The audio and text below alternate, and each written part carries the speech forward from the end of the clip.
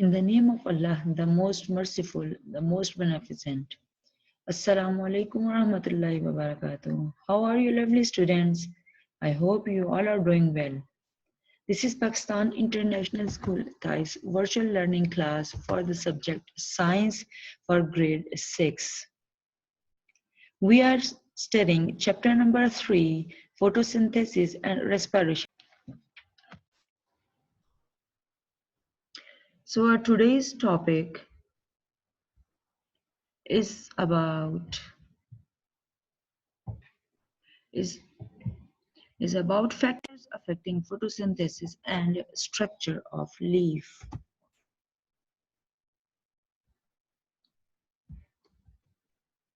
Dear students, in the previous topic, you have studied in detail about the structure of leaf and about the photosynthesis. Now we'll study how the photosynthesis is important for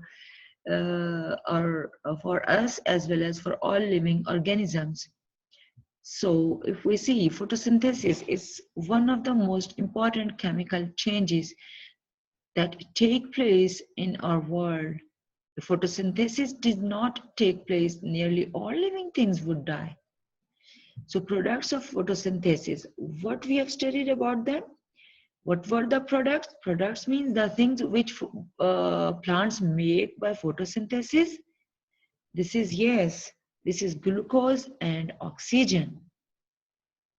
So oxygen is the food of the plants, and glucose is the food of plants, and oxygen is the gas which they exhale, and all living organisms use that oxygen for inhaling.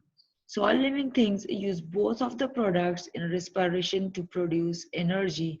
For example, we use this glucose. Glucose means this glucose is stored in the plants in the form of fruits and vegetables, so we eat them, as well as the oxygen which is formed or produced by the plants, we use them for inhalation. So when we respire, what happened? This glucose, and with the help of this oxygen, energy is produced, and we use that energy for our daily activities. How does it happen? In the next topic, inshallah, we will see this. Right now we are studying importance of photosynthesis, so you must recall in your minds some of the points why the photosynthesis is important. Yes, for other living things need oxygen, which is produced from the plants, as well as the food which is formed by the photosynthesis, and who make this glucose or energy or food for us, that is plant, definitely. So if you see here in this diagram, so you see importance of photosynthesis is for two purposes. Number one is especially for the food that we eat, and plants make that food. And the second one is fresh air, and fresh air means the carbon dioxide is removed from the atmosphere by the plants, and because plants for photosynthesis they need this carbon dioxide, and they releases oxygen into the atmosphere. So here are the sweet strawberries, yummy strawberries, which are made by the plants, and we use them for our food. If you see here, plants are also makes or enhances the beauty of this environment of our world as well, and not only for the beauty purposes but for oxygen and for the food purposes. We use these two things which are made by photosynthesis from the plants. So our next, okay, here is one important point which is left, that is like in this topic, you see this jar, this is called bell jar, and inside we are having a pot and an animal, that is mouse. So point to ponder or point to think is that, do you think it is possible that both of the things live without air in this jar for some days? Yes or no? Just think about it. Come on, hurry up. Yes. If yes, then how? Yes, they can live. Both of them can live. How? This is the importance of photosynthesis actually, because this mouse is breathing oxygen inside and carbon dioxide outside. So the carbon dioxide which it produces, it is used by the plant for photosynthesis, and as a result of photosynthesis, plants make oxygen in return of that, and that oxygen is used by this mouse for breathing. Yes, for some days they can live like this, and they are both of them are helpful for one another. Okay, so hope you understood the importance of photosynthesis. So for photosynthesis, it is important to grow more plants, not to cut the plants, not to pluck the plants, and we have to reforestation. We have to do reforestation as much as we can, and take care of the plants which are in your home. Okay, now we are having the topic effects of different factors on photosynthesis, like how the photosynthesis can be affected by certain factors, certain things which can increase or decrease photosynthesis. Number one is light, carbohydrate, temperature, water, as well as a chlorophyll. In the next slide, we will see that. Okay, if we see light, so you know, do you remember that for photosynthesis, what is very important and main factor for that? Yes, that is light. So you see here, plants trap sunlight to make food by the photosynthesis. Trap means they capture and they takes in sunlight to make food. And photosynthesis increases as the light intensity increases. Yes, how does it happen? Like for example, in the morning, if we see sun is rising at that time, so light intensity or amount of light is very less. So photosynthesis is very low. But when the sun is at the peak at from 11 to 3 o'clock, so what happened? 2 o'clock or 3 o'clock, sun is at the peak. So it means when the sun is at the height, so there is highest amount of light. Yes, light intensity is too much. So it means during that sharp time, plants can do more photosynthesis. And when the sun is going to set down at Maghrib time, so what happened? Light intensity decreases, and the darkness is going to spread at the time. So what happened? Photosynthesis gradually decreases, and when it is totally dark, photosynthesis is stopped properly. And then again in the other morning, the photosynthesis starts to be increased in the daytime. So recall in your mind, which structures of the leaf traps light? Just remember it. Yes, chloroplast in the leaves. Yes, And in that, chloroplasts are having chemicals, that is chlorophyll, which is utilized uh, in that chloroplast, and light is trapped by that chlorophyll. So the light which we see, that is white light, and that is made up of 7 colors, as you know, that you see in the rainbow. So if you see in the rainbow, there are 7 colors, but only blue, orange, and red, these 3 colors, light is absorbed by chloroplast, not all the light. Green color is reflected back into our eyes. That's why we can see only green color. It means we can see that leaves are green because green color is reflected completely from these leaves. You see, here are some factors which are important for photosynthesis and affect the photosynthesis also. Energy means sunlight and heat also. Water, carbon dioxide, and other is chloroplast or chlorophyll. And then they produce oxygen and a sugar, that is glucose. And recall this equation, that is the equation of carbon dioxide in the with the help of water in the presence of sunlight and water, carbon dioxide, what is produced, that is glucose, and oxygen is produced in photosynthesis. If you see here in this diagram, you can see that sunlight is passing like into the leaf, but not 7 colors are passing here.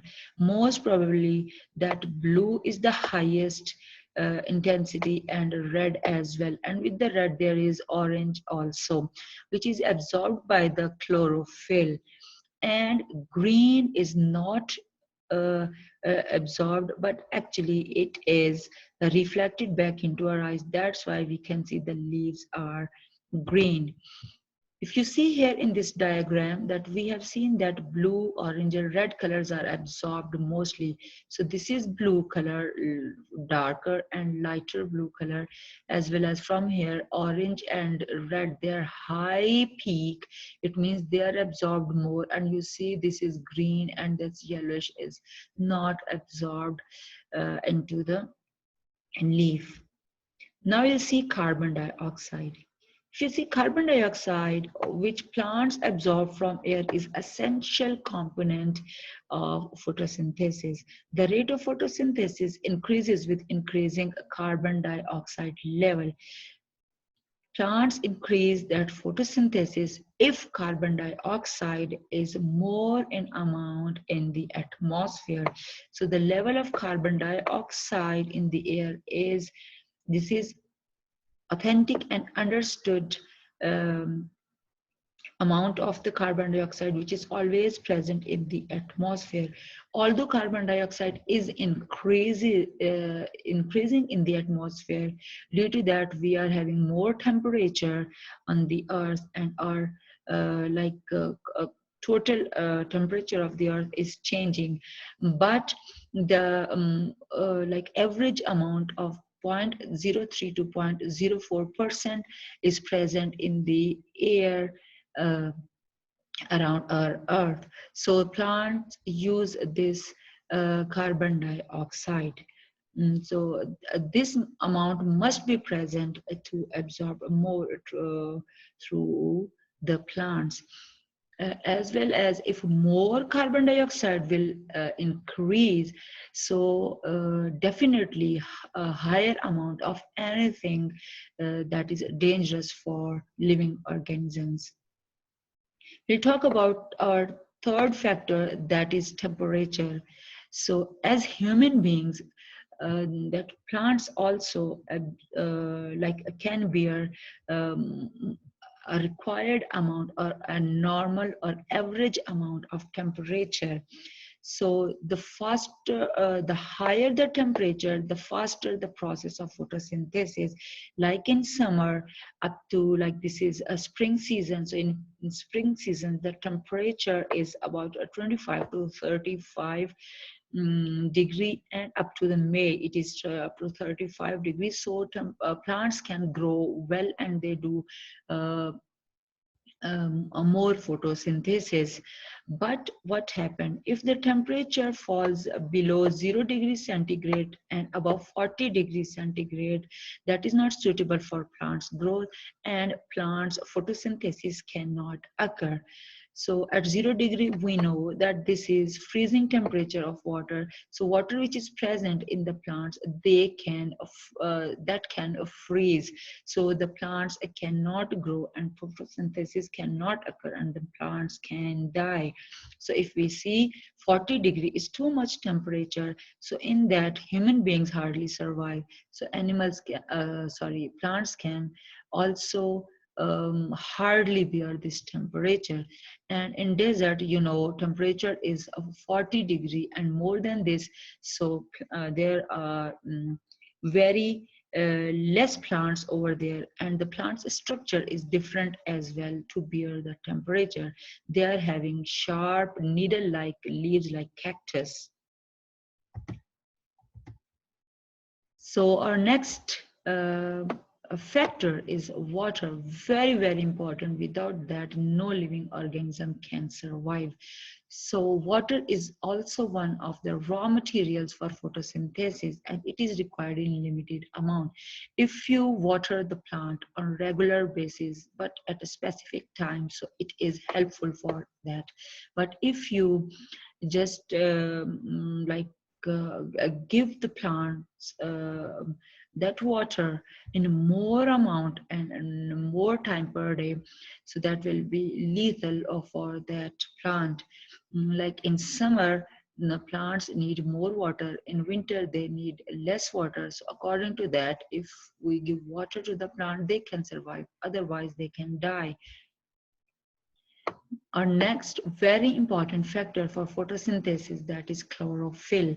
As you know, that chlorophyll is the green material that is present in the chloroplast of the plant. So that chlorophyll traps the sunlight of photosynthesis. It gives green color to the plants as well. Without chlorophyll, the photosynthesis is impossible. So you see some yellow leaves, in autumn and in winter the leaves get yellow. It means they don't do photosynthesis and they shed from the plants. So it means there is no chlorophyll. So when there is less chlorophyll and no chlorophyll, plants can die because they cannot do photosynthesis. Okay, so there is very important, interesting fact. Fact is that, do you know that plants is the world's lungs, or the lungs of nature? They are said to be the lungs of nature. Why? Just close your eyes and think about it. Why the plants are lungs of the nature?